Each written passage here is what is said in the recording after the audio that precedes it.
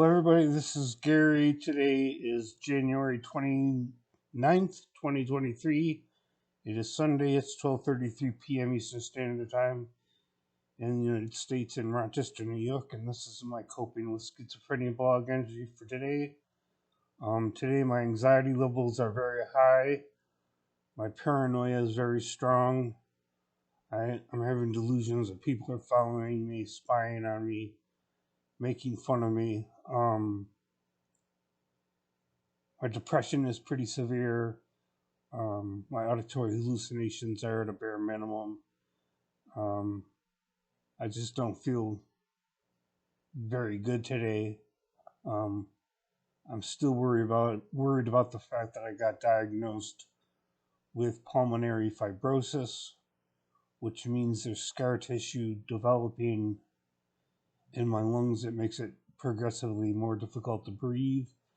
I go for a walk every day and I get out of breath very easily, and when I'm walking, I often have to stop to rest on a bench or any place that I'm able to sit down. Pulmonary fibrosis is when scar tissue develops in the lungs and the lung sacs, the air sacs, and it makes it more difficult for the lungs to exchange oxygen and carbon dioxide, making breathing more difficult. I have an appointment on March 28th with the pulmonary specialist. They will do some tests on my lungs. They'll see how strong my lungs are or how weak they are. It doesn't take much for me to get out of breath. I don't really even walk that far because I get out of breath so quickly. But I do try to exercise every day because I am overweight. I do have high cholesterol and I do have high blood sugar.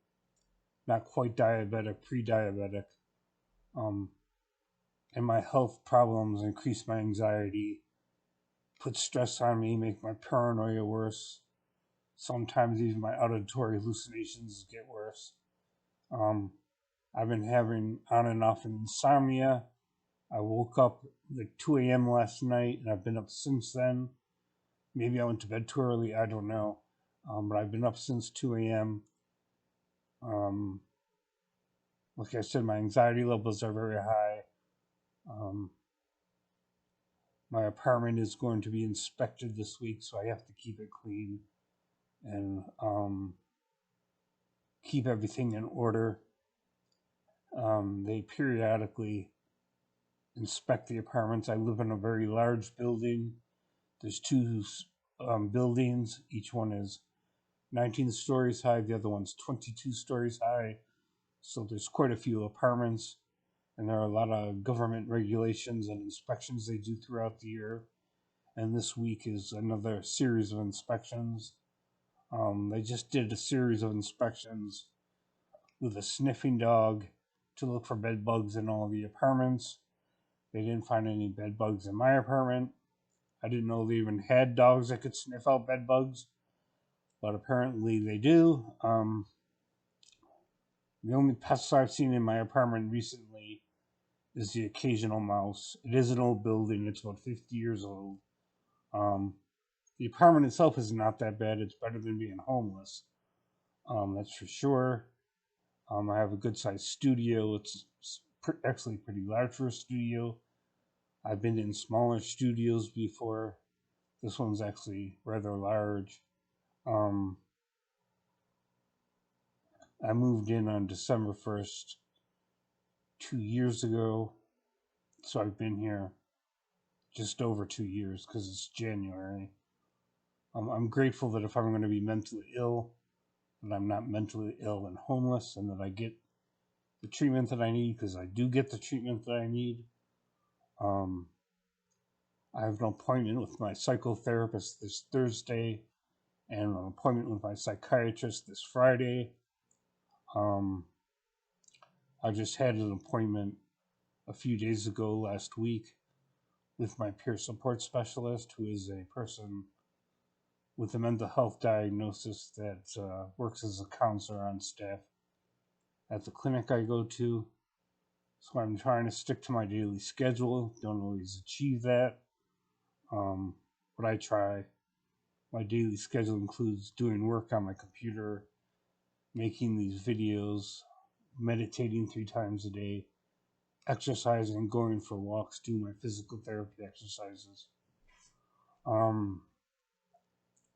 Not much else to report on. I don't know how bad the pulmonary fibrosis is. It showed up on a CAT scan in my abdomen, and the CAT scan showed the lower part of my lungs as having pulmonary fibrosis. I don't know if it's gone beyond that. It's not cancer and it's not emphysema, but it does act like emphysema. It makes breathing more difficult. And if the scar tissue progresses, then the breathing gets more and more difficult over time. I'm not exactly sure how fast or if at all my pulmonary fibrosis is going to spread in my lungs.